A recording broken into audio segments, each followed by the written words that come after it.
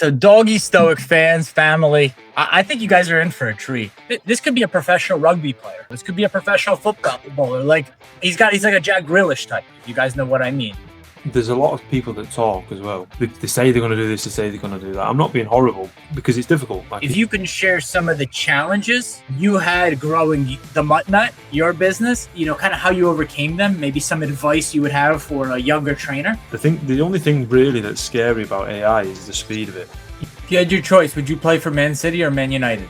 Go and pick up some shit. Kennels, rescue, get hands-on with dogs. But as a long-term plan, if you're an established trainer, just value yourself a little bit more, package it up. You can't make lasting change without the owners being focused and emotionally involved. And you can't do that in one session. The owner has to learn with you. I'm not saying that everything needs to be super harsh, but if you think about it from a human perspective, we eventually seek discomfort. If you've been sat on the couch for 10 hours watching, you want to get up after a bit, yeah? So this idea is the same with our dogs, that give the dog more. Give the dog nut, but the dog don't need more. Any final pieces of advice for young trainers? Anything that, without giving away kind of how the sausage is made, so to speak? So, Doggie, Stoic fans, family, I think you guys are in for a treat. For one, I've had an awesome weekend. I was at a seminar. Had some really cool dogs here, both from a behavior modification and an obedience training perspective. So I'm coming into this, blank. I haven't had a chance to meet Simon, but I love his page. I love what he's about. I loved his podcast with the gentleman out of Australia. And I wanted to welcome, I'm going to ask him about his name here. His name's Simon, but he goes by the Mutt Nut. Welcome to the Doggie Stoic. Cheers, mate. Thanks for having me on. I always really appreciate anybody that's going to welcome me into their brand and into their space. So yeah, it's not taken lightly. So thank you, mate. What made you want to build such an interesting brand under the Mutt Nut name on Instagram and social media? I want to start with that. How did the Mutt Nut come about? The name itself. The name itself. It was actually a friend of mine. I can't take any credit for it. It was back in 2017, 2018, early 2018 at most. And we were just talking about my vision and my plan. I'd been working with dogs at that point for 7 years. And I wanted to go and do my own business. So we were just going through some names. And I can't even remember. It was the days before. Way before ChatGPT or anything like that, so it was him, wasn't me, and I was like, yeah, boom, that sounds good, because there's a lot of sorry, the dog's making a lot of noise. There's a lot of similar names out there, so I think he was just a friend of mine, and I was like, yeah, that sounds good. I don't think anyone's going to repeat that, so we'll go with that. And touch wood, nobody has. I was in the UK in 2017. I was in London. And what was interesting about the culture there is I don't know if you guys listening know what this means, but the banter there is on point. It's levels above the banter in the States. The guys even in the metro, well, they don't even know you. They'll give you some banter about what you're wearing. They'll call you out for being an American. So I feel like Simon has a really dry sense of humor. I try to be, mate. Yeah, I try to be. If you ask my missus, she would tell you I'm not funny, but I think I'm quite funny. Particularly in the north of England, you people, yeah, they have not that they don't in the south, but us northerners, we like a good laugh and a good piss take, as we'd call it.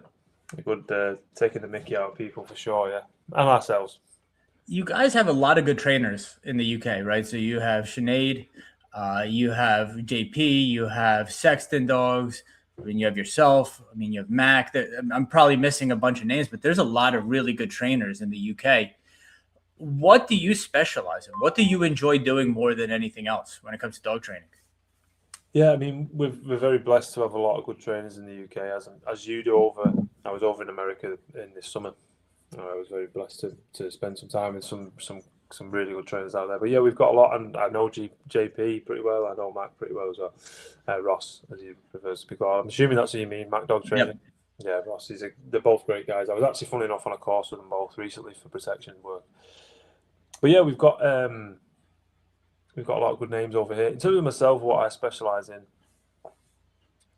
mainly reactivity, dog-to-dog reactivity, dog aggression, human aggression, getting dogs off lead typically as well.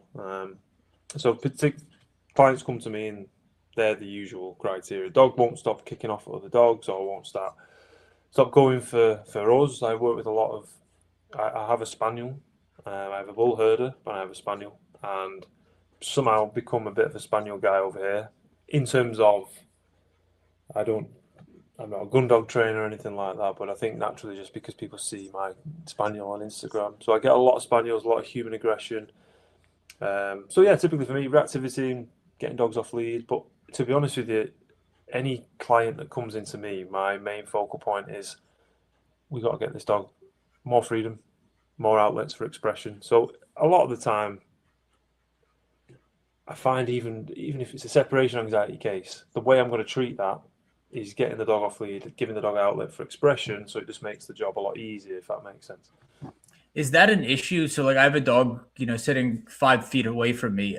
They live in Miami, right? So like here, I mean, if you guys look at my Instagram, most of the dogs are off leash. And I think most trainers out there that are good trainers, they understand like fulfillment, getting the dog off leash, giving them the opportunity to run around. You could proof that with an e-collar if you want, but if you hate e-collars, just put them on a 20, 30-foot line, 10-meter line, if you will, and give them freedom to make choices. Is that tough for like, because I'm pretty sure you're somewhat close to London, right? Is that tough for people who live in apartments, who live where they don't have the opportunity to always let their dog off leash? Is that challenging to transfer that over? Yeah, it can be. I mean, I'm in the north of England, so I'm probably 3.5 hours away from London, but I'm half an hour from Manchester, which is quite a big city as well. So I do get a lot of clients who live in the city centre, which it's a different game. Like as you say, you haven't got the space, you haven't got the capabilities to do what you can. I'm fortunate to be in the more rural areas of countryside, and there's an argument to suggest, okay, we need the conversation sometimes of like, should you be getting a border collie if you live in an apartment? But for those that do have them, for one reason or another, like, it's pointless just bashing them and saying, you've done something stupid, when ultimately, they need help with the dog. So for sure, like, it's difficult, and we have to look at ways in which we can get around that. Typically, play being the main one for me personally. There's other things that we can talk about as well, but I always say this: it's your margin for error. If you have a dog in an apartment in a city centre, your margin for error is a lot smaller. So, because the minute you step out that door, you got to go down a corridor, then to a lift, then you got to deal with people, then you go outside, and you got dogs, traffic, people, bikes. It's a very, very different experience to owning a dog, for sure. Yeah. The triggers are right there out the front door. For me, man, I've had like 5 clients just this week because people like to get these Malinois, these Shepherds, these working breed dogs. Just this weekend, I had quite a few of them here. It's Sunday, so like a lot of them got picked up. And during pickup, everyone always asks questions, right? How do we deal with this issue? How do we deal with this issue? Well, I guess regardless if you let them off lead, for me, the biggest thing that I've noticed is people don't even have control of their dogs inside their apartments, inside their houses. And and these are like strong, scrappy men too. Like, it's not just like 5 foot tall young ladies. It's like men who like, they take care of themselves. There's just one here today. So he understands the concept of discipline, right? He goes to work out. He takes care of his body. He takes care of his mind. And they have a Malinois, a black shepherd, Raven, one of my favorite, and a wire-haired terrier. And they keep them in separate bedrooms in the house. They can't even integrate these dogs in their own house because they say they pop off on each other. So they want to bring them here for an evaluation. And I say, like, before you could even like, and yeah, we need to get them off lead, no questions asked. I'm curious, what do you suggest for people with multiple dogs inside the house and they can't even establish any form of rules and boundaries right within their own home? It's a good question. I've trained dogs for quite a while, and in that time I've done probably similar to yourself. I don't have a facility per se, but lots of board and trains, lots of residentials, my own dogs. I mean, I've done a variety of different things over the years, even before I worked for myself.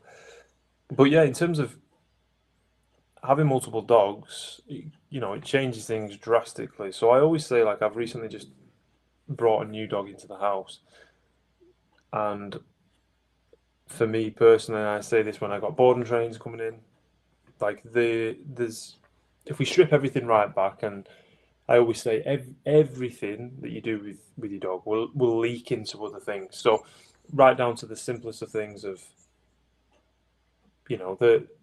how do we hold the dog accountable, and that can be for the smallest of things. Not that the dog needs to live under a dictatorship, but we have to hold the dog accountable for certain things for sure. So I would say, like, the way we walk the dog on a lead will impact sort of what the dog's doing off the lead, how we play with the dog, that will impact sort of the dog's, impact the dog in many other ways. So when we're dealing with multiple dogs, for me personally, when we're bringing them into the house, two things.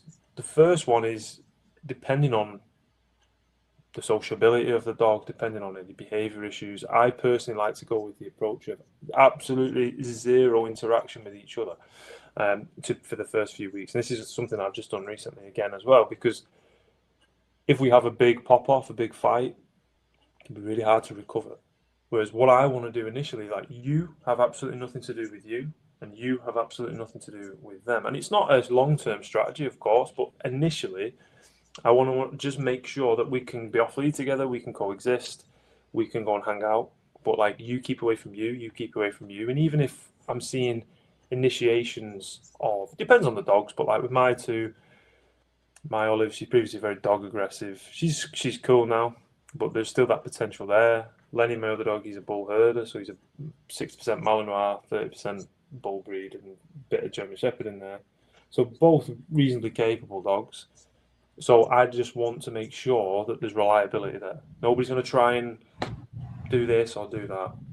And then even when there's been a couple of moments in the start where there's been invitations of play, and I've just shut it down straight away, just because I'm like, neither of you are the best at this, so let's just, like, leave it. So I'm the same with clients when they're bringing new dogs in. I did it last week, funnily enough, with a client who they're now moving into the same house. They've got a semi-serious dog and another dog coming in. So I'm like, we just need, like, 3 or 4 weeks of just peace. And making sure that the second point I'm going to make is, as weird as this might sound, I want both dogs, or 3 dogs, 4 dogs, 5 dogs, to watch you train the other dogs as well. Yeah. Because I need the other dogs, and some people will think this man's crazy, but I want the other dogs to see that I am holding the other dogs accountable. So if you fuck up, or I'm going to be straight into, hey, don't do that, don't do this, back into there. Even if it's just simple basics of place work, and I'm taking the one dog out individually, and then I'm holding the other dogs accountable, just so that the other dogs understand. I don't need them to be scared of me. It's just, hey, look, I'm going to hold them accountable as much as I am with you. So it allows the dog to understand, okay, cool, like, this is, like, reliable, this is consistent, I know where, it's clarity, it's just pure clarity. So for me, they're the two things, is making sure that both dogs know that or 3, however many dogs, understand that you've got control of the situation. You'll hold the other dogs accountable. But also, I'd really manage it heavily to begin with, whilst you're introducing them, get them out together. It's different outside of the house. Obviously, you might have to take more precautions depending on what you're dealing with.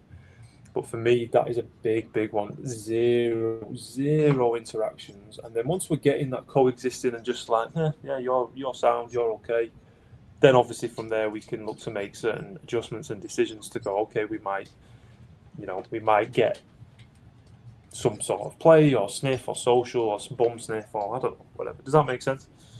Not only does that make sense, I mean, if you guys are listening here, this is a replay it back type of moment. If I had a really awesome editor, there'd be like a bomb and it would say replay, because that was the exact same conversation I had with my client less than 10 minutes ago where, and here's a practical way you can do that. Let's say you don't even have control over one dog or either. You can use a crate for one dog and be playing with another dog in front of them. And if the dog in the crate is popping off, you have an opportunity to implement an or a no or a knock it off, whatever language you have there, so that the dog that's playing sees that, hey, all you need to worry about is playing with me, and I'm going to take care of this unruly dog, right? 100%. And vice versa. And after the crate, you could move to a place bed, and after a place bed, you could move to a couch. but it shows both dogs that I will take care of situations in a high state of arousal. You don't need to worry about it. You don't need to pop off on each other. And phase one that I love to implement for like this family who has shepherds, or people call them high drive dogs, is here's one in a crate. It's watching the other dog play. You're playing with this dog, whether that's tug or fetch. It could even be in your house. And you're showing those dogs that you can implement and establish rules and boundaries. It's a really awesome tool. So I'm glad you said that. Yeah, 100%. It's. I mean, I can't ask the dogs and say you've taken notes, but it's certainly worked for me many, many times before. 100%. Well, we have to realize, right? Like monkey see, monkey do. Like that statement has some truth for human beings too, right? But if we think about these dogs, when we say they're working dogs, they're bred to work with who? With us. So they are looking instinctually, genetically, whatever you want to call it, to us for guidance, for leadership. That is what has been bred into them. So if you just reverse engineer that and think about it, well, how do I show that dog I'm a leader? It might not be able to speak English, but I could show it through my actions. I could show it through my consistency. So I love that. I think that's such a big thing. I think it's a huge thing for behavior modification. I think it's so important for establishing authority. I want to ask you, Simon, how old are you? Because I would guess either. I think you could be 30. I could think you could be 40. I mean, Simon's one of those people. If you met him in real life, this could be a professional rugby player, for example. This could be a professional footballer. Like he's like a Jack Grealish type. If you guys know what I mean. How old are you, Simon? I'm 32. 32. And you've been doing this for about 15, 16 years? Not that long, mate. So 2011. So 2011. 14, yeah, coming up to 14 years. I've been working for myself for 8 years. Yeah, 8 years. What was Simon like as a high school kid, as a middle school kid? You know, what led him to get into, I'm going to start my own business basically right when I'm 18 years old. I'm going to get into dogs, dog training. I'm going to do behavior mod. I'm going to work with aggressive dogs. Take me through like Simon, the adolescent teenager, as he grew up.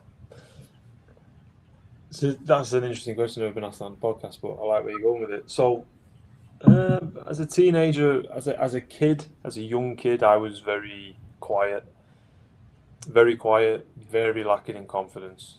Very much like sport, always liked sport, even as a young kid. But then into high school, yeah, just super quiet, very underconfident. I think that comes down to a bit of genetics, but also I think certain aspects of certain things in my childhood. Nothing crazy, but just like very averse to. It didn't take much to punish me, put it that way. It's quite sensitive. So then, and like a lot of people, as a young teenager, parents split, which is difficult for anyone in that situation, like a lot of people. And I think it was, going through high school. Don't get me wrong, I had a great childhood.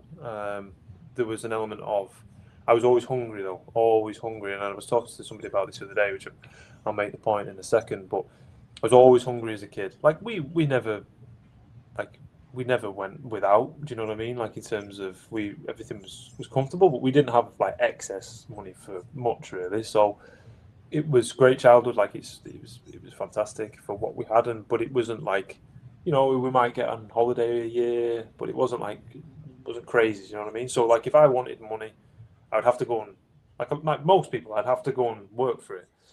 So I was always, and sometimes we might have less than we particularly like. So I was always hungry as an individual from a very young age. Like I remember being like 12 and I was like, I'm going to have my own business. Don't really know what it's going to be, but I am going to have my own business. Very much into, I remember started going to the gym when I was like 12, 13, not doing anything serious, obviously. But again, I was hungry. Like I wanted to. A lot of, when I think back now and look back, I was very insecure, like a lot of 12-year-olds are, but I was very insecure. And for me, I wanted to supplement that with, like a lot of young lads, being able to go to the gym, being able to express myself, being able to look probably scarier than I actually was, but also just to be able to have that backing of, I can do certain things. And through high school, confidence grew quite a lot, still very quiet, but confidence grew quite a lot. So like, we used to play football, think at one point was like captain of the football team. Football being soccer, I'm assuming to you. So yeah, quite underconfident for sure. And then coming out of school and into college, similar like grew about this much in terms of confidence. And then I wasn't working with. I loved animals, like, but I wasn't working with animals in any capacity. We'd always had dogs in the house through my teenage years because we used to do the Guide Dogs for the Blind Association, as they're known in the UK. They did have. I don't know if they still have a foster scheme. So we always used to have dogs in the house for that reason, where we just look after them for 16 weeks and then they continue on to wherever they were going. So yeah, when I was later teens, after I finished like college, I was going to go into sport. I didn't want to go to university, so I was like, what am I going to do? And to be honest, I did so many different jobs, like like pretty much everything from working on a brickyard, working in cafes, cleaning, made so many different things. And eventually it came round to and lots of those jobs I developed a lot of confidence because, like a lot of people, you get to the point where you have to go to work and deal with people and deal with problems and think on your feet. But I used to do a lot of, I can't remember how I got into it now, but lots of sort of promotional, sales based sort of pop up events. So you'd have to be like, you'd have to be able to approach people and so on and so forth. So from there, mate, it sort of developed into doing quite a lot of that. Did a tiny little bit of like model marketing kind of thing, and then got to the point where I was just a bit like, what, like I need to do something properly, and animals was the thing where I was like, I actually care about animals, and then that was the foot in the door, really.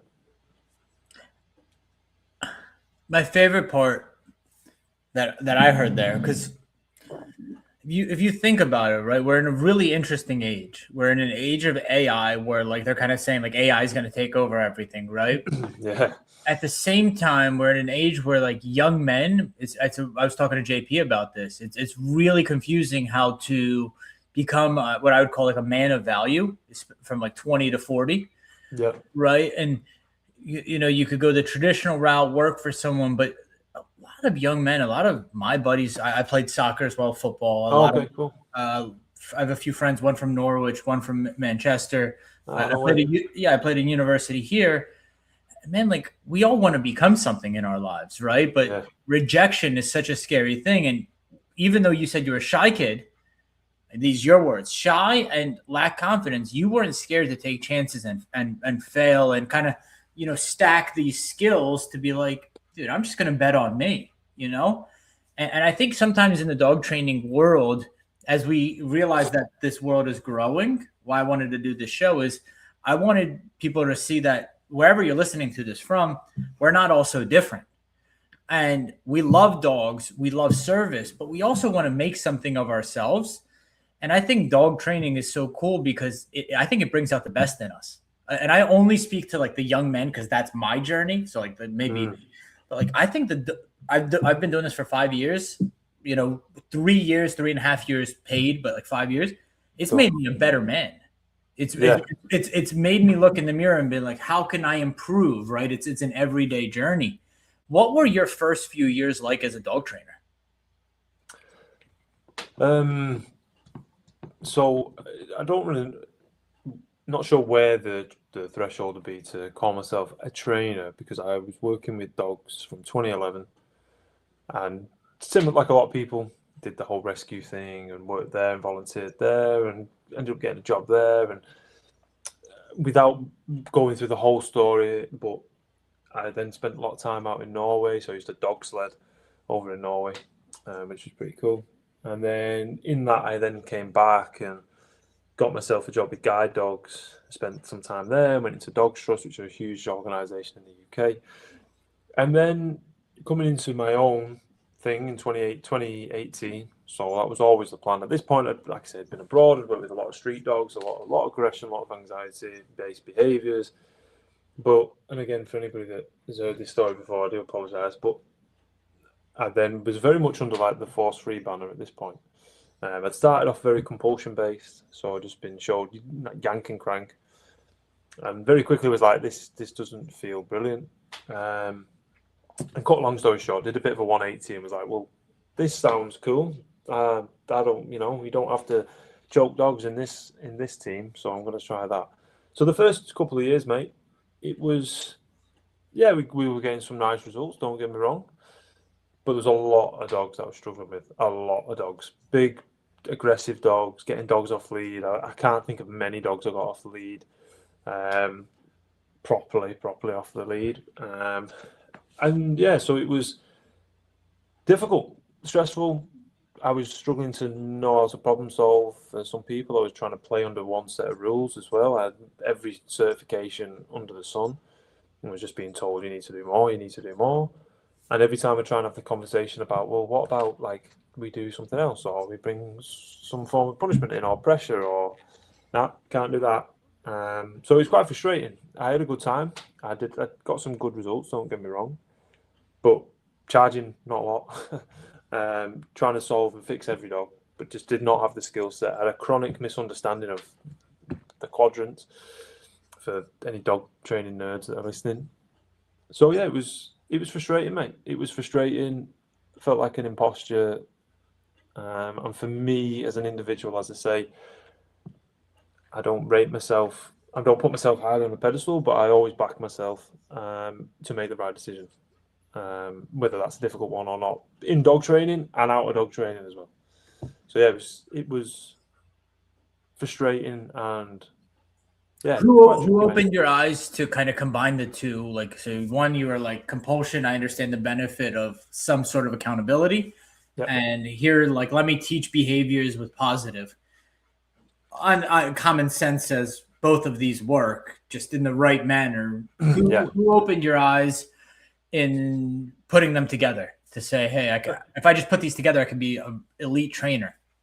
Yeah, I can't remember the exact moment. I think there was a few different situations. There was some dogs that I ultimately couldn't help, and they either were rehomed, or some of the dogs in rescues, I was just running out of ideas of what to do, and seeing them stressed, and then just thinking like this, like, and it didn't make any sense because of how I am as an individual. Like I always used to talk about resilience and pressure and dealing with that in my personal life, and having done lots of different things from sport to like fitness-based stuff, and like living in Norway and surviving super harsh cold wilderness. Like it just was like not really adding up, and like so that was sort of eating me away. But because of I was allegedly working with some of the best trainers in the industry, I was just like felt like, oh, it's me then. I'm getting all this wrong. And then eventually I was just like, nah, I need to take some new information in, which I did. And then my head just like exploded up to like, wow, like this just makes so much sense. Like why has this been kept from me? So it was probably, like I say, a mixture of dogs and a bit of like my current personal life and what was going on, and just didn't add up. If you had your choice, would you play for Man City or Man United? Yeah, Man United. No, probably heart would be Man United, brain would be Man City. Under which manager? Say again. Which manager would you play under? Oh, Fergie. Fergie? Yeah. Alex Ferguson, without a shadow of a doubt.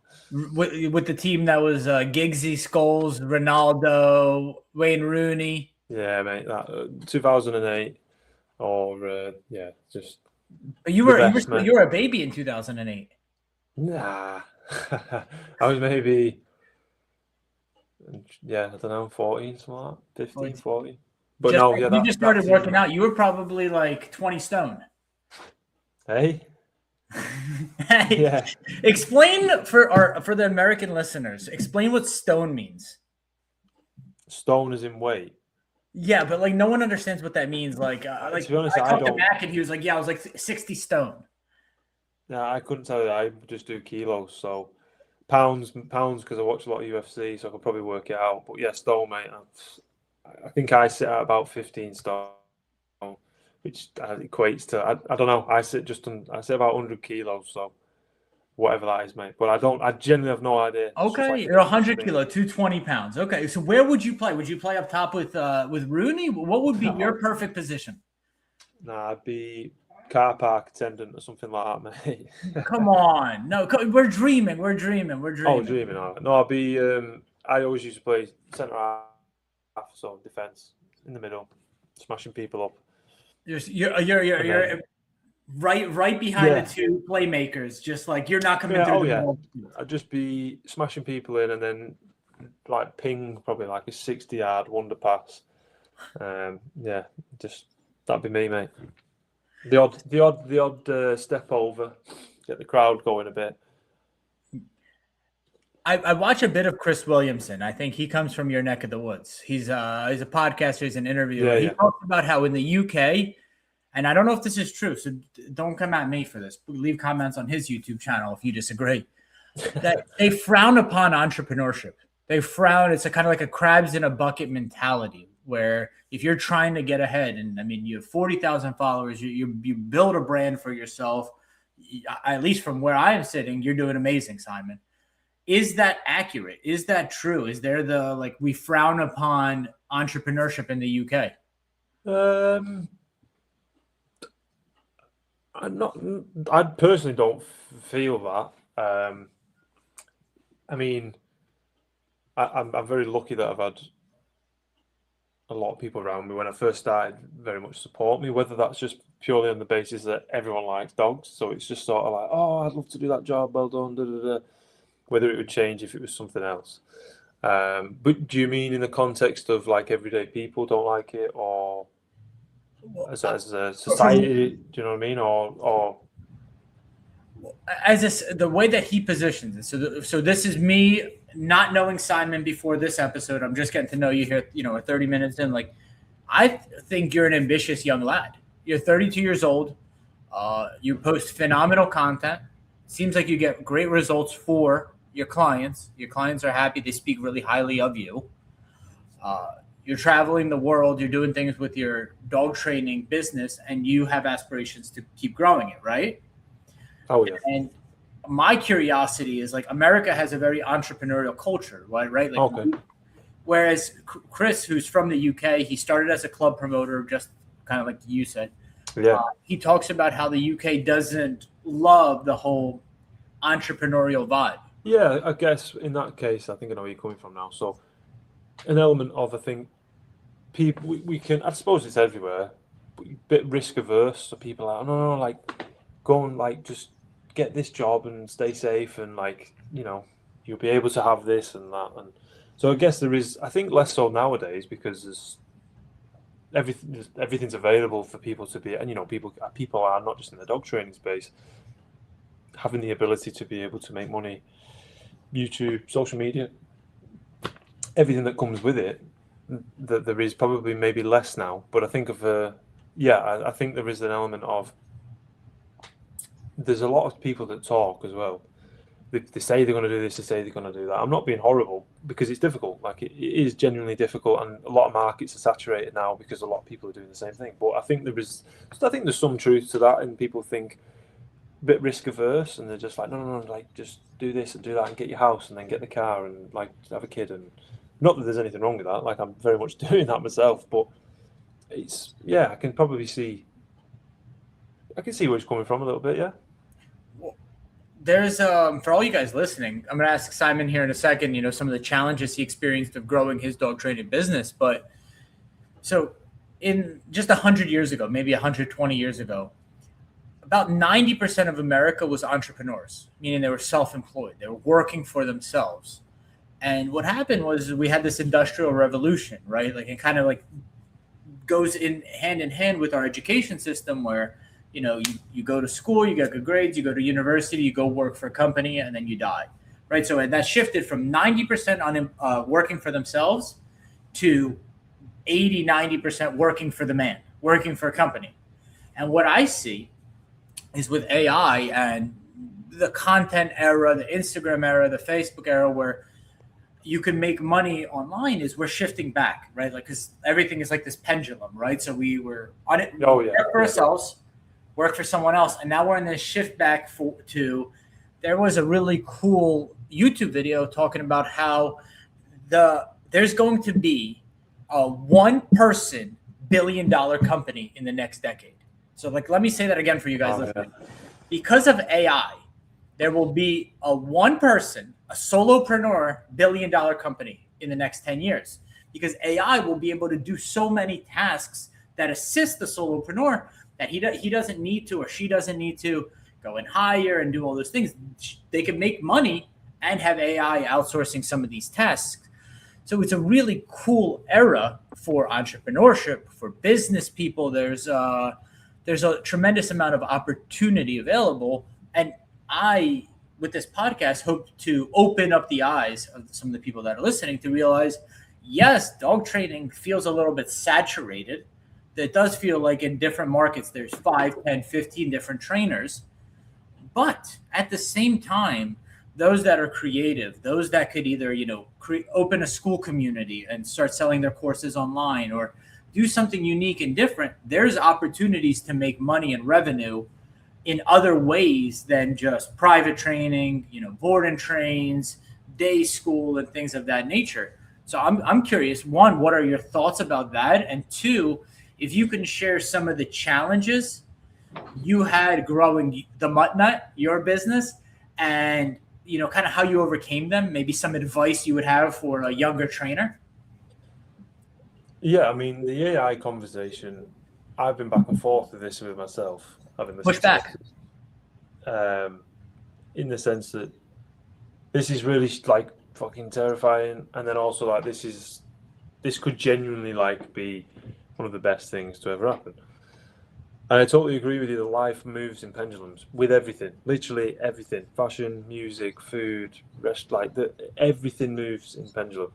Dog training, like, it move in pendulums. Even content, like I was saying this to my mentees the other night. I was like, when COVID happened, everyone went and got a microphone, everyone went and got a camera or got an iPhone or whatever. And before you know it, everybody was making like crazy looking content. Now, I tend to find recent times for me, my massive hitters on content has been like shitty little videos that took 2 seconds to do. Why? Because it's authentic. Whereas before, we were looking for the authority approach, because people are like, wow, like that looks crazy. Like, he must have 10 employees or whatever. Whereas now people are wanting oh no, this looks super legit. Like, this looks like super authentic and raw. Like, that's what I want. So I think everything moves in pendulums. That's absolutely right.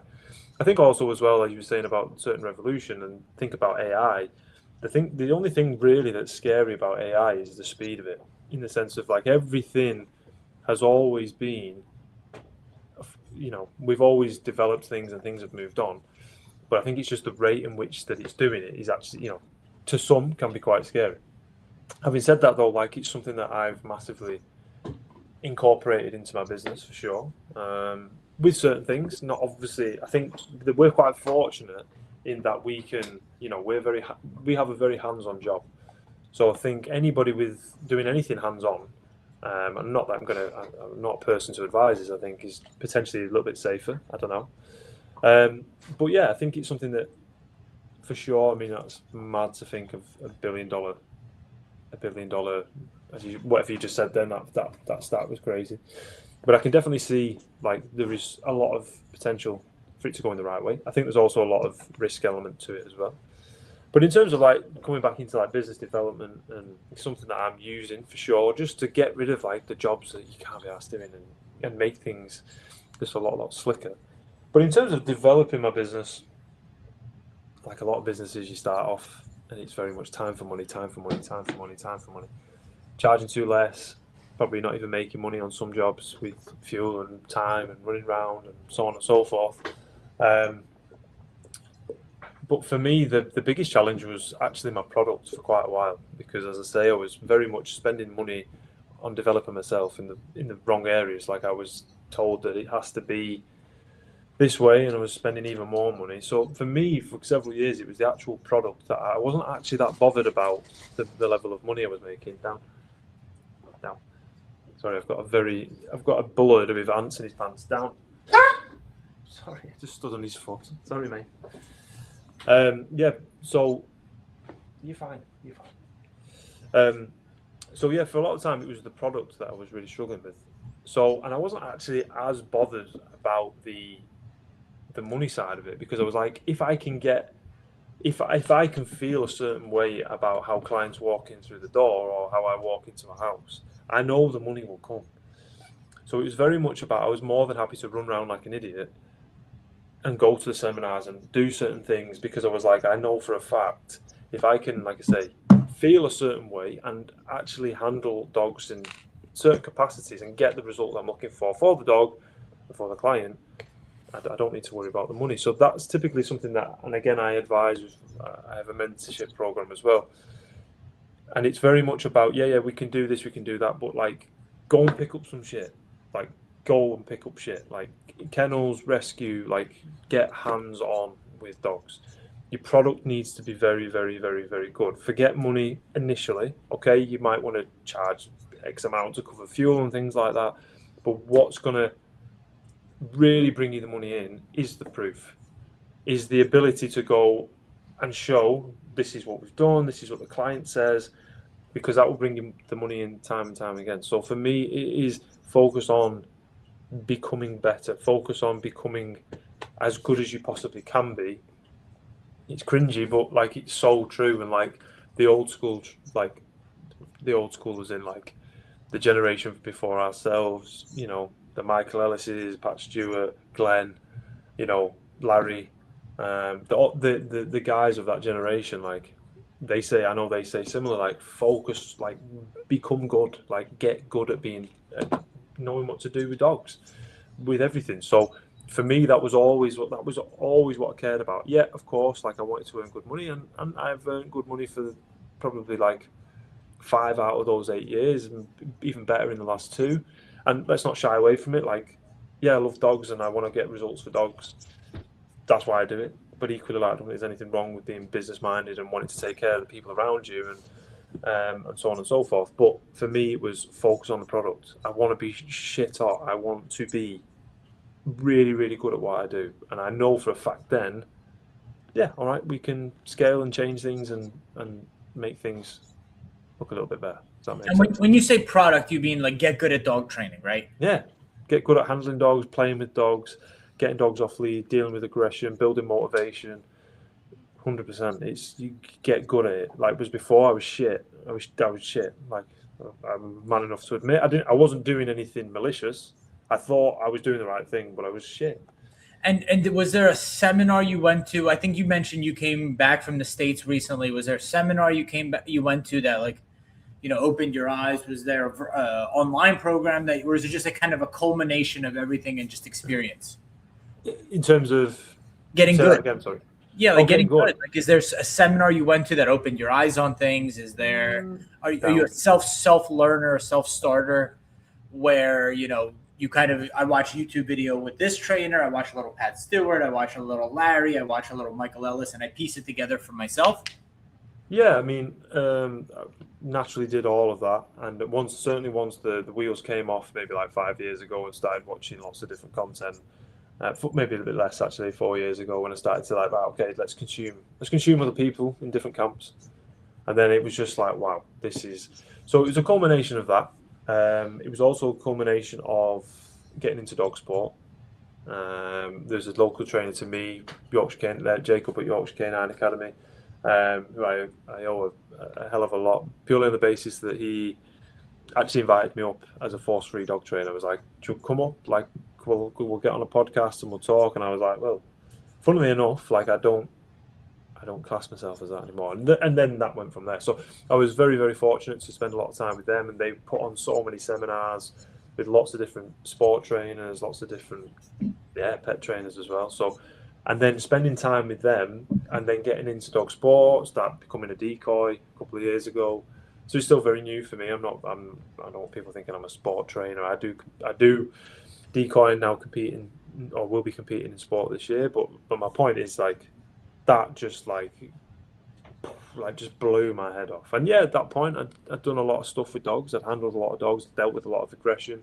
And when I think back of what I was doing, I just wasn't using tools. Like I was using every part of the quadrant. I just wasn't using tools, and that's what I thought sort of forcery dog training really was. But I didn't understand enough. I didn't understand the quadrants, and I didn't understand like punishment. It took me a long time to really, really understand like what punishment truly is. So spending time with a lot of different people, watching them work with their dogs, watching sport trainers, seeing how they can take a dog and get it to do this and this and this, and like sort of put everything in perspective. And yeah, sure, like those dogs are designed to do those things, but equally like they're a lot of dog, and you need to know what you're doing. So for me, that was a massive, massive game changer. And yeah, sure, obviously consumed so much information over the years, which yeah, you sometimes need to hear it 3 times, and then you're like, oh, get it, I get it now. You just hear it differently for the third or fourth time. So Simon, okay, so get good at what you do, and everyone will agree with that. Get good at dog training. For your mentees, right? And I think of your mentees as like people that are just new in the dog training space, right? What advice? What is like the second, third, fourth piece of advice? Like, hey, Simon, I'm getting results. I'm getting good testimonials. Am I working with like the most aggressive dogs? No, but I'm able to solve reactivity. I'm good at obedience. I'm good at raising puppies. But my business isn't growing, and I'm really worried. I have like 3 months left to pay bills, and I might have to go get a job. What would you recommend for me? Is it running Instagram and Facebook ads? Is it making more content? I mean, for one, ads, that's not something I can talk about purely on the basis, purely on the basis that I've never done it, so I don't know enough about it. I know a lot of people that do, and a lot of people that are far more clever than me. So I'm not saying don't do that. In my experience, it would be the proof side of things that I've already talked about. So like if you're getting good results, get your testimonials, get proof, get it in people's faces. Because typically when people are scrolling for a dog trainer, they're not like your average pet owner. Yeah, all right, you might have some who are like, okay, I just want to do positive reinforcement or whatever. But chances are most of them, they just want the pain to go away. They care about the dog, but they want the pain to go away. And obviously they want the dog to be happy.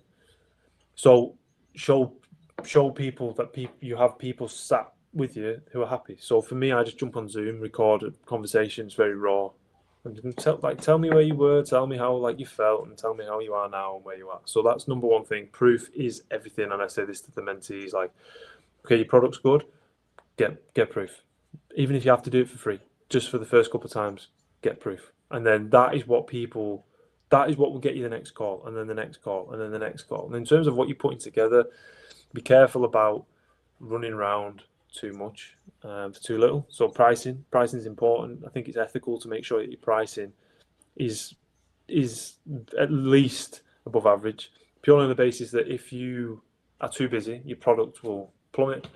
You'll be too tired. You'll get frustrated. You'll just be the dogs will suffer for it. Whereas, yeah, okay, you put your prices up a little bit, and some people go, "Whoa, okay, it's fine." Like I wouldn't stress about it, purely on the basis that you're not going to work with everyone, and that is absolutely fine. So making sure that your prices are healthy, making sure that, yeah, that's the number one thing, because again, you can then spend time going and doing stuff for your dog, and that just helps fill your bucket so that you can come back and do the things, or it helps you to then be able to go and do more development for yourself so that your product's getting even better. Because if you just flat out all the time, which I have been, I was like that for several years, and it was just like 7 days a week, sometimes for weeks. And yeah, I love my job, but it was just like the service was suffering, the product was suffering. So your pricing needs to be spot on. I also think as well, depending on, and I say this to my mentees, and I'm very passionate about this because I spent a lot of money in the wrong direction. And I want people, and I genuinely think there is a bit of a battle that's going to come with dog ownership, and it already is happening in terms of legislation and tools and so on. So I think there is a fight coming, and I want people to be able to prove and show that they can do great work with dogs, And it's not just about stopping behavior. You can create lovely behaviors, you can play, you can provide everything.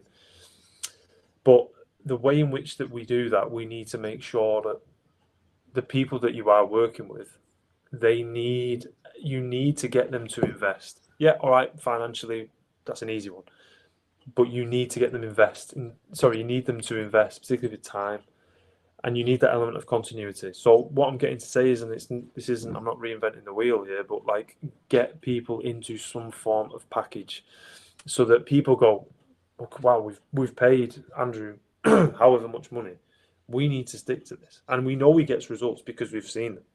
So it means then that you're not like doing a consultation and then you don't hear from them for 6 weeks. And then you do, and then they've stopped everything, and then now you've got to restart. And then before you know it, like 8 months have gone by, the dog's still in a similar position. And as much as it's not your fault, like it has the potential to go, oh, well, we had this dog trainer in, and the dog's still doing it. So for me personally, like you need to lock people in a little bit so that then you can really get to work and build everything from the ground up. Because otherwise, this like flitting around and just like a bit of a session here, a bit of a session there, and yeah, it can, it can work, but like it depends on the client. And I think again, it's behavior. We know behavior, don't we? So we know how it works. But for me personally, yeah, you want to get people to commit. And obviously, the commit part and sell sessions, sell packages, sell solutions, right, is so important. Yeah.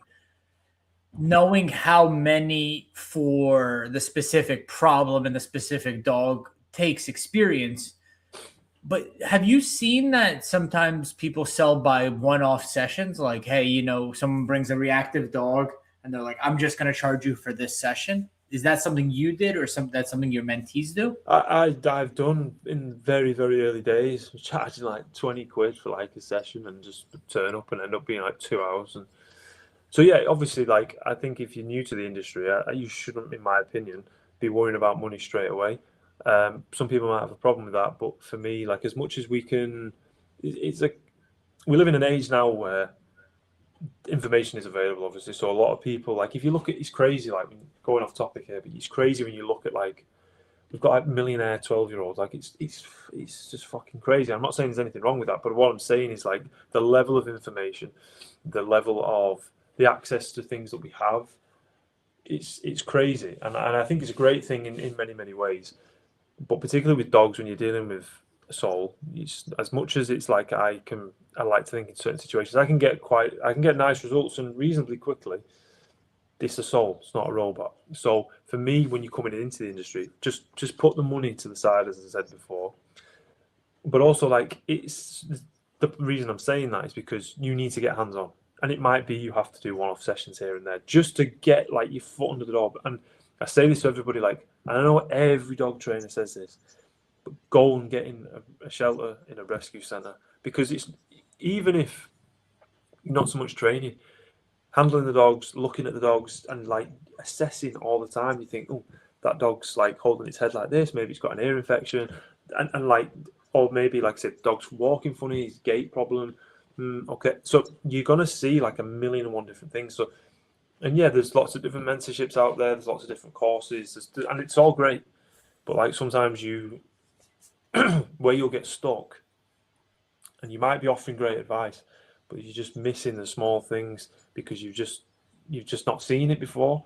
It's the same with some of my mentees. They're all fantastic. Like, I wouldn't take anybody on that I thought was just a waste of time. Or I'm not saying they're all super skilled dog trainers as of yet, but they're all very much in the right headspace. But just little things like, and you'll see it when you're working with clients, or trainers haven't been doing it as long as yourself, where just little lead handling things, anticipating certain things, and not reading a situation because you've not seen it 500 times before. So what I'm saying is, there's nothing wrong with those sessions, but like, as a long-term plan, if you're an established trainer, like, and you're getting the results, like, just value yourself a little bit more, package it up so people, your percentage on your conversion might drop 60%, I don't know, in terms of people booking in.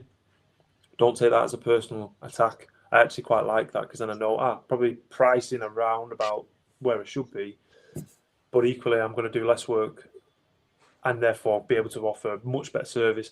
I'm going to be able to, like I say, make sure that everybody, whether that's mentees, clients, online clients, board and trained, people in my program, they're all well facilitated, and it's not me like spreading really thin. If that makes sense. I love the idea. Well, for sure, it makes sense because you need emotional buy-in from the owners. They have to be involved, and anyone who tells you otherwise is disingenuous. You know, any dog you train, it's going back to live with the owner for most of its life. So if the owner doesn't change, especially for the big behavioral cases, the big reactivity cases, and especially when there's multiple dogs in the household, you can't make lasting change without the owners being focused and emotionally involved. And you can't do that in one session. The owner has to learn with you. And eventually, towards the end of that package, be able to do what you do, even at 50, 60, 70%.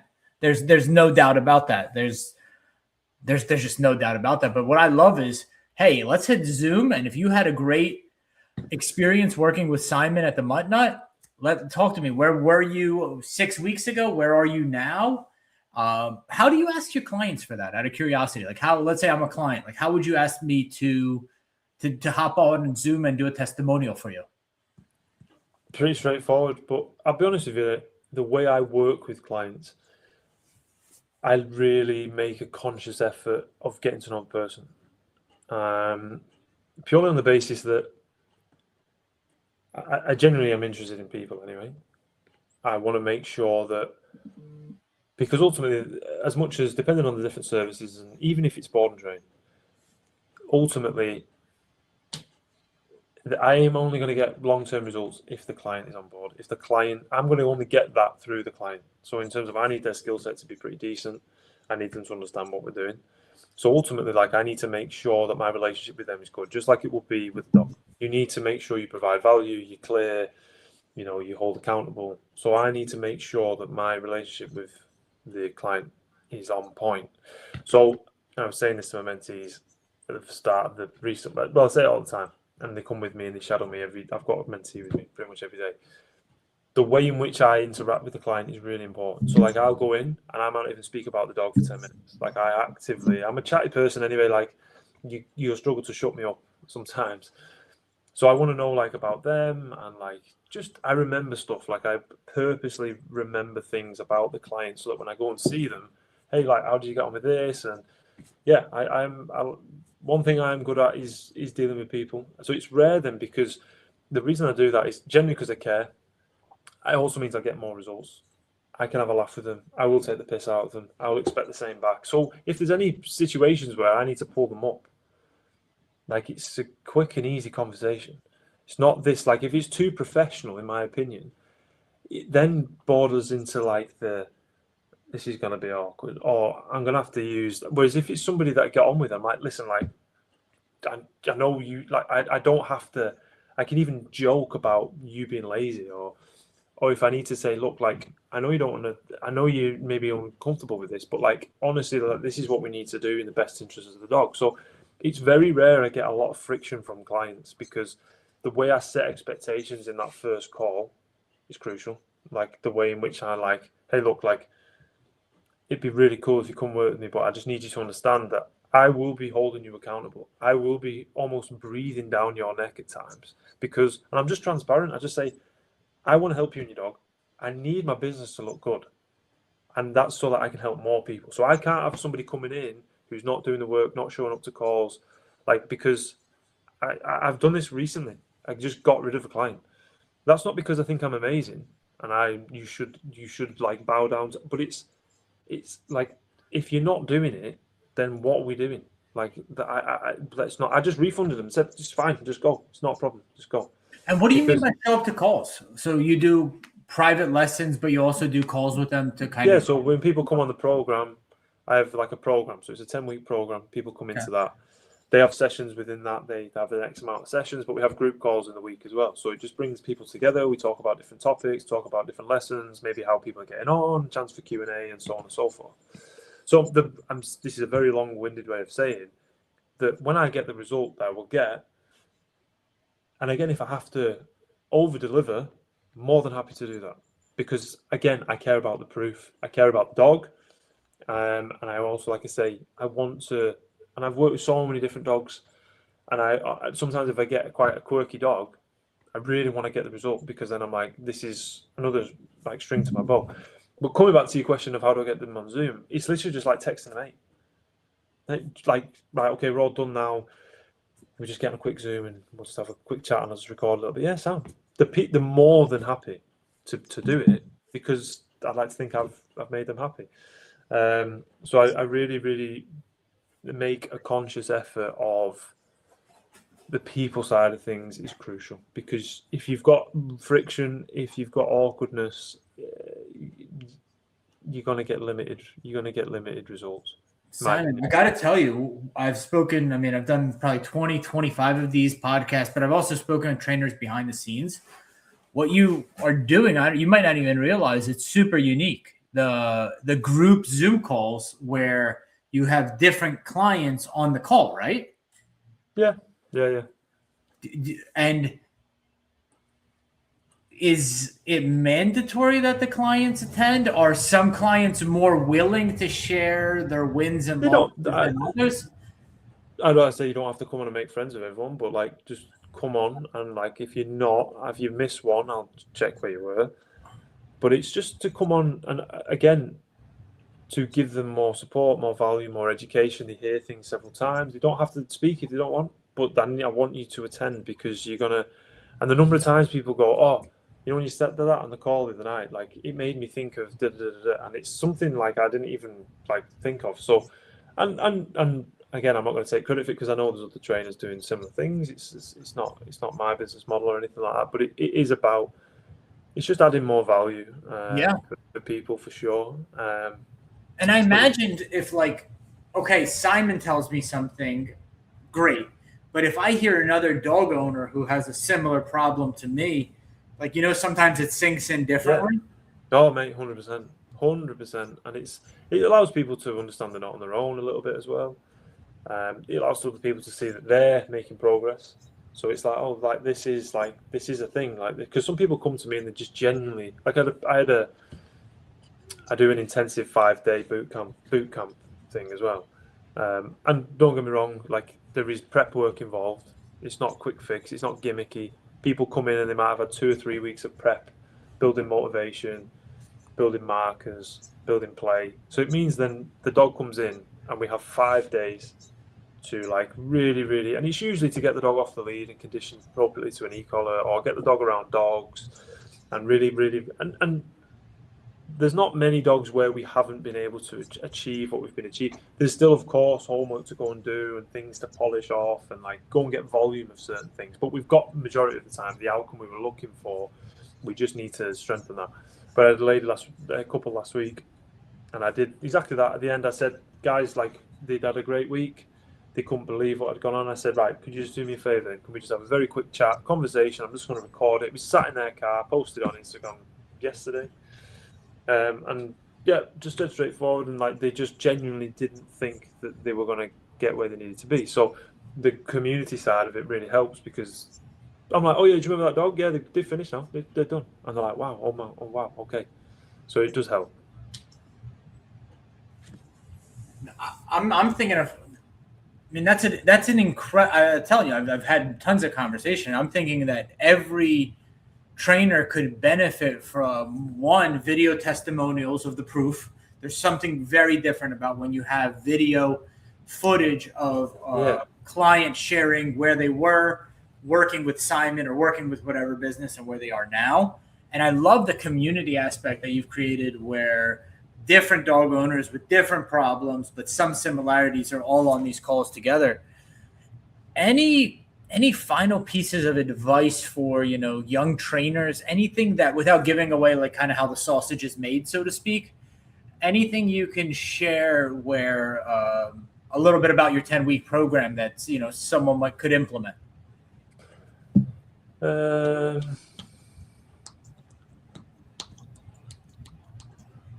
just trying to think of the technicals.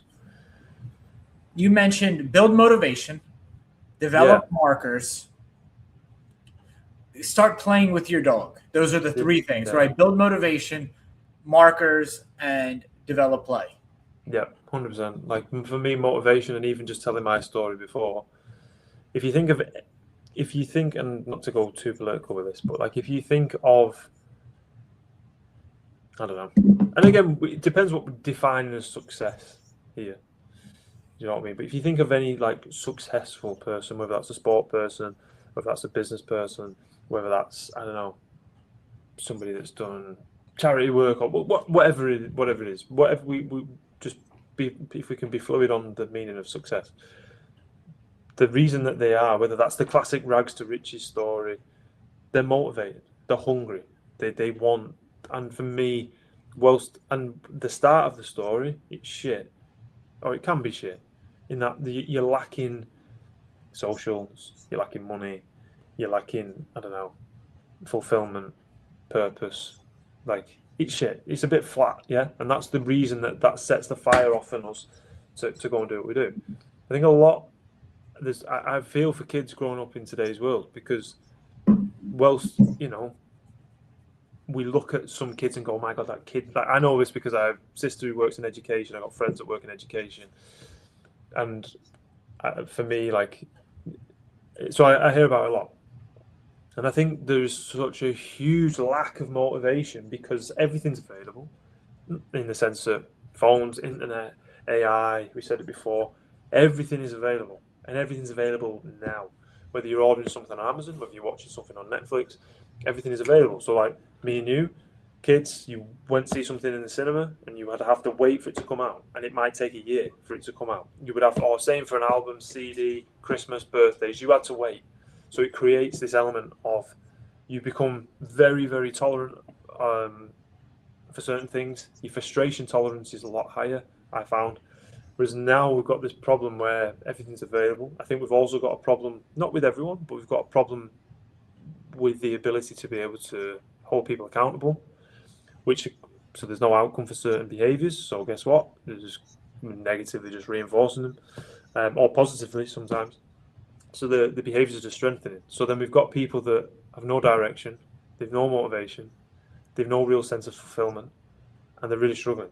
But to think back, like, I'm not saying that everything needs to be super harsh, but like if you think about it from a human perspective, like we eventually seek discomfort. If you've been sat on the couch for 10 hours watching, you want to get up after a bit, yeah? So this idea is the same with our dogs, that give the dog more. Give the dog, no, but the dog doesn't need more. And a lot of the time, like I've got a few clients at the minute where your dog has just been hit and just swamped with like indulgence. The dog doesn't want to do fuck all. So I'm like, stop. And again, it often comes when dogs have been rescued, yeah? So they're very much, I need to feel sorry for this dog. I'm like, yeah, that's fine, but for a short period of time. Because if you genuinely love the dog, you want to give the dog more, yeah? Yes means, sorry, no can mean yes. Like one no can mean 100 yeses. So when we're thinking of like my program, it's built on motivation. Like, don't get me wrong, I'm more than comfortable in walking into a scenario where I need to give the dog a bit of heat in that moment. Maybe first off because there's a genuine safety concern. I have no problem doing that. However, usually you've got a little bit more time, and even if I have to in that situation, there, I'm still going to build motivation. Why? Because I want that level of work ethic from the dog. I want that level of attitude from the dog to want to do shit.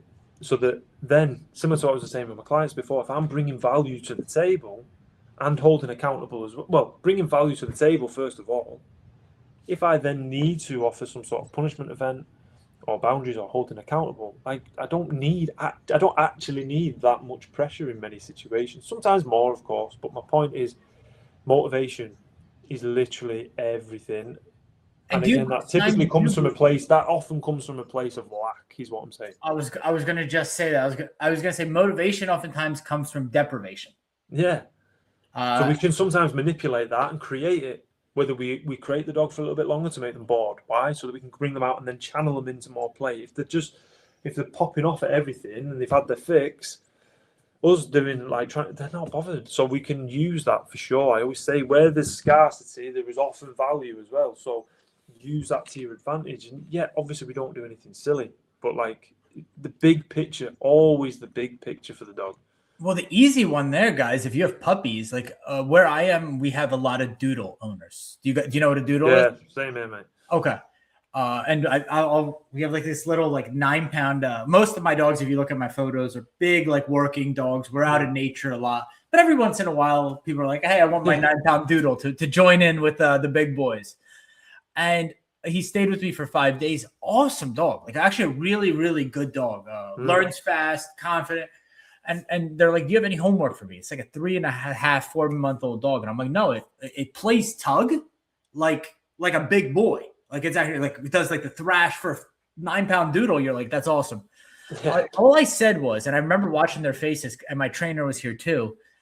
I was like, just be thoughtful about how you offer affection to that dog. That's hilarious, though. Be thoughtful about when you give affection. Yeah. I didn't even tell them to not give affection. Just be thoughtful, right?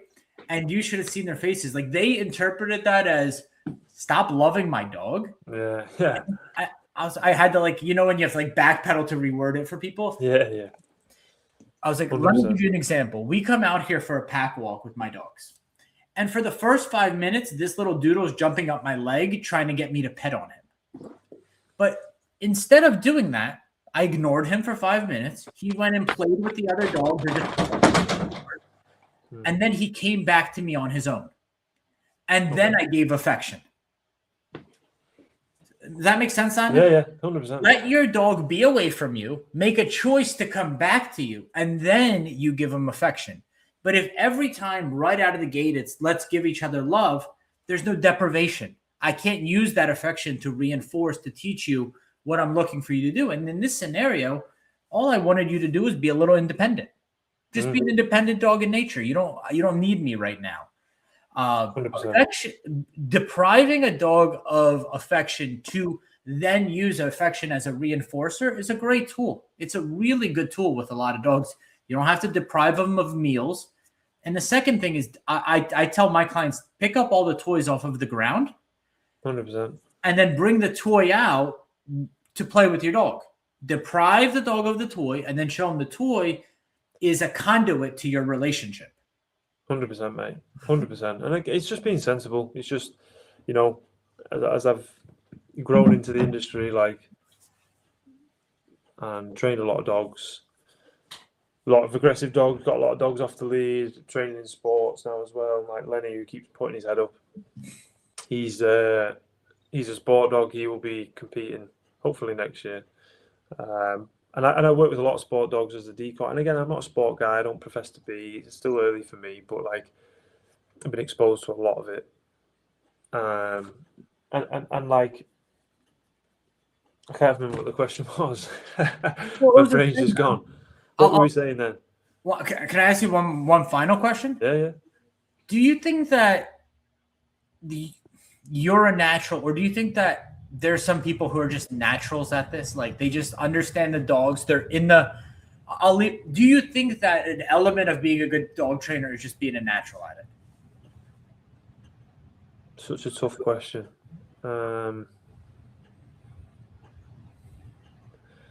It's a really tough question because I look back at my old self and cringe and be like, what were you doing? I think there is. I honestly don't know, mate. It's a very, very good question. I'd be keen to know how more people answer that on the podcast. I think you should keep asking it because I think, you can be an animal lover for sure and connect with dogs quite quickly, but then there's such a big difference between that and being able to counsel dogs. And do you know what I mean? Like it's such a tricky question because obviously it's a huge part of it is the skill set. But I think if anybody's going to have any characteristic that anybody's going to carry as a natural, I think a lot of it is your presence with dogs, not just to diminish certain behaviors and stops. I think that is important for sure. Your presence with dogs, is massively underrated, and I think it's overlooked as well. The way in which you can communicate with the dog with your presence, whether you're meaning to or not. And a lot of the time, particularly in the protection world, a lot of people I've worked with and been on courses with people, and some people just naturally have a presence with the dog, and the dogs in that context really don't like or they really light up at the person. But equally, in the flip side, people are just there's definitely tendencies to be a natural, because you can either be super calm and super just like authoritative in the right way, but dogs just like they like it for sure. There's definitely tendencies, but I think because it's so much in an ever changing industry as well, like skill based, it's hard to answer. But if it was going to be anything, it would be that presence. For me right now, and might change, I would say 60-40. 60% is that natural, and then 40% is the skills that you add on to it.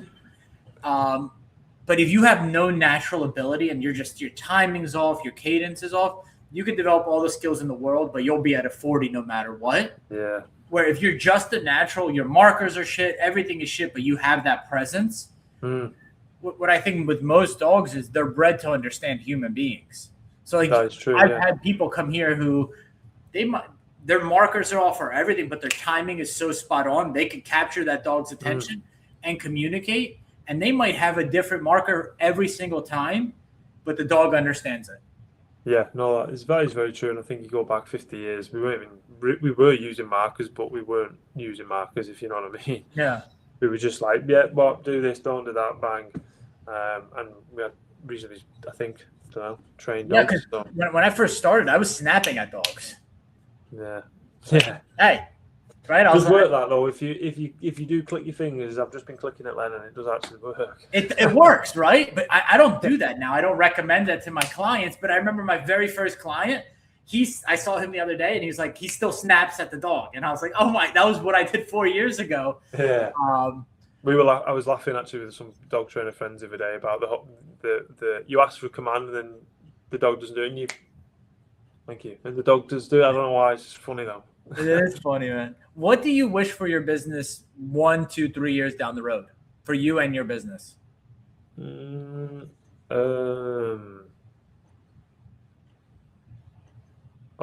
Cringy, but a lot more off-lead dogs. Just more off-lead. If there's anything I could do for dogs, it's more off-lead. Plays close with it, but I think it's the biggest needle mover is having the dog off-lead. More dogs off-lead in terms of what I would like.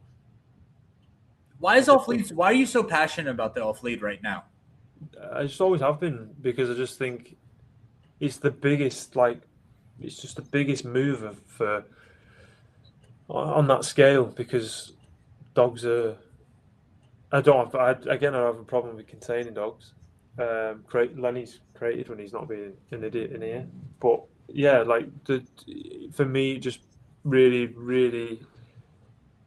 upsets me like when I just think we created these dogs to do certain things, and then we get them and we stick them on a line. All right, people are doing the best and they might be going through a process of how to get the dog fleet. No issue with that whatsoever. When the dog's been on a line for years and years and years and just never experienced going for a hike or going for a swim, and it really upsets me. So I think, and plus it makes everything else that you're dealing with so much easier to deal with, because it's just like a valve release, so that then your loose lead walking is easy to manage. The behavior around certain things, they've got more of a tolerance. So yeah, I asked Larry, I had him on the show the other day. If you had calm behavior in the house, like you could put your dog in a cue to be calm, which is like enough, for example, and you could get your dog off lead outdoors, what percentage of dog problems go away? And he said 95. Yeah. I think I've seen that clip actually, but I totally agree. I just think it drastically just changes. Otherwise, I think it's like pushing water uphill. Otherwise, I think you can do it, but it's just going to be so much effort. Yeah, because I recently got into play. I play with dogs that really like to play, but developing motivation with dogs that don't want to play is a whole different game. Yeah. But what I would do is I would either bike or run with these dogs. That's basically what I've done with my program for 3 years. Is a new dog, 20-foot lead, 30-foot lead, depending on the athleticism, maybe 2 mentor dogs, and we just go for a 3, 4, 5 mile run, 3, 4, 5 mile bike ride. And it makes I can't tell you how much of these perceived problems, reactivity, dog aggression, non-compliance, whatever people, humans kind of, we make some of these problems bigger than they are. Yeah, mate, for sure. For even separation, I was speaking to somebody today about separation anxiety. And for those listening, I'm not saying it doesn't exist. I'm not saying anything that crazy, but like so many dogs that I see with separation anxiety, it's not separation anxiety. I'm like, the dog, unfortunately, doesn't have the best lifestyle. The dog's not off the lead. The dog doesn't play.